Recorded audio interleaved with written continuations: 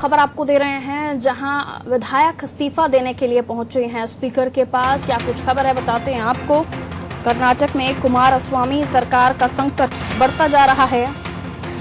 JDS Congress गठबंधन सरकार के करीब 8 विधायकों ने स्पीकर को इस्तीफा सौंपा है।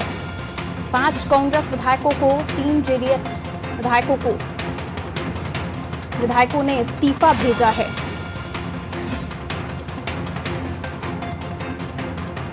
आठ विधायकों ने स्पीकर को इस्तीफा भेजा है।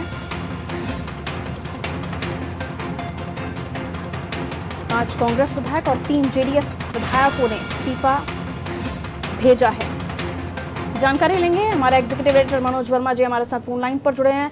वर्मा जी, कर्नाटक में सरकार पर संकट, इस्तीफे के जो दौर है दिखाई देने लगा है। अब 8 इस्तीफे आए हैं सामने, स्पीकर को सौंपा है इस्तीफा विधायकों ने। देखिए पारुल, जब से कर्नाटक में सरकार बनी है उसके पहले से बीजेपी सिंगल लार्जेस्ट पार्टी बनकर उभरी थी, लेकिन बाद में कांग्रेस और जेडीएस ने सरकार बनाई और जेडीएस के एच.डी. कुमारस्वामी को मुख्यमंत्री का पद सौंपा गया था। आज जबकि एच.डी. कुमारस्वामी अमेरिका के दौरे पर है, अचानक से कांग्रेस के 11 और जेडीएस 8 कांग्रेस के 3 जेडीएस विधायक विधानसभा अध्यक्ष के बाद इस्तीफा देने पहुंच गए हैं। हालांकि विधानसभा अध्यक्ष वहाँ मिले नहीं है, उनका मोबाइल बंद आ रहा है। डिप्टी चीफ मिनिस्टर जी परमेश्वर है, उन्होंने बैठक बुलाई है। तो कुल मिलाकर जो बीजेपी जो कर्नाटक में ऑपरेशन लोटस की बात चल रही थी, और जो येदियुरप्पा जो चीफ मिनिस्टर है वहाँ पे, वो लगातार कह रहे थे कि कर्नाटक की सरकार गिराएंगे, तो उस दिशा में बीजेपी ने एक कदम और बढ़ा दिया है। अगर इन सारे विधायकों के इस्तीफे स्वीकार हो जाते हैं और सदन में बहुमत साबित करने की बात आएगी, तो निश्चित रूप से कर्नाटक की सरकार गिर सकती है।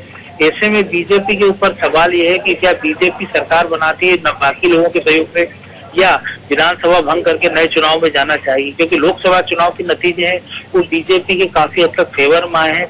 लेकिन जरूरी नहीं है कि विधानसभा वह स्थिति बने। तो हो सकता है कि जैसा कि पिछली बार बीजेपी ने जब येदियुरप्पा ने सरकार बनाई थी और उनके पास आवश्यक विधायक कम थे, तब उन्होंने कांग्रेस के विधायकों के इस्तीफे कराए थे। बाद में उन्होंने बीजेपी से चुनाव लड़वाया, चुनाव जीते और बीजेपी की इंडिपेंडेंट सरकार बन गई थी।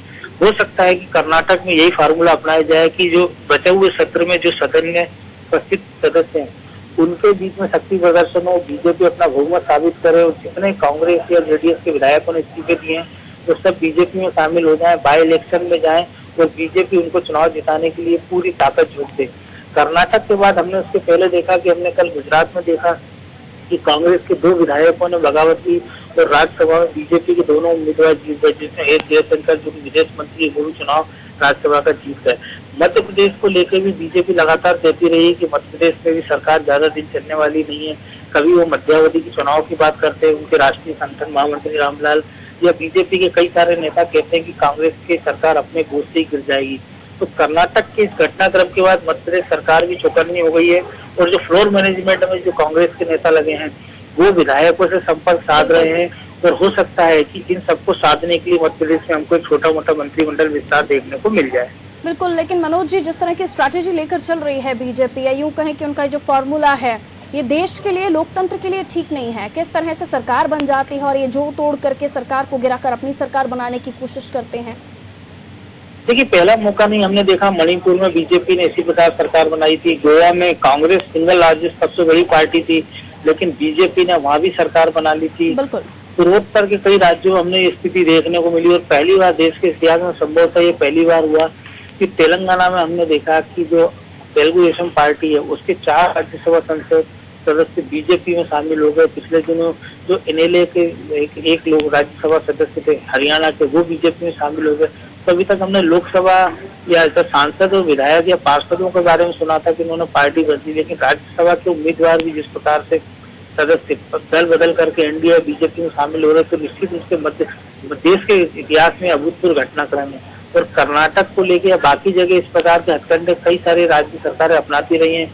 हरियाणा में तो जो बंसीलाल थे उन्होंने तो सब दल बदल, पूरी पार्टी के साथ दल बदल करके कांग्रेस में शामिल हो गए थे और कांग्रेस के रातों रात में सरकार बन गई थी। तो ऐसे कई सारे उदाहरण हमको देश में देखने को मिल रहे हैं। इस पर रोक के लिए एक नया कानून लाया गया था जिसके तहत ये कहा गया था कि दल बदल के लिए कम से कम 1 तिहाई सदस्यों का होना जरूरी है। लेकिन जिस प्रकार के इस्तीफे दिलवाए जा रहे हैं तो ये एक नई स्ट्रेटेजी पे काम हो रहा है।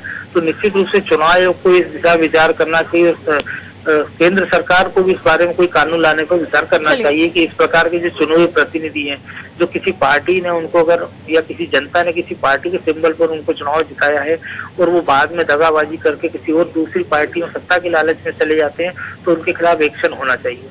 चलिए सर, बहुत शुक्रिया जानकारी के लिए।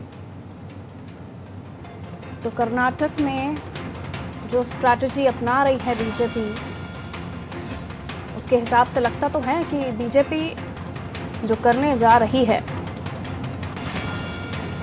वो लोकतंत्र के लिए ठीक नहीं होगा, लेकिन 12 विधायकों के इस्तीफे अपने आप में बड़ी खबर।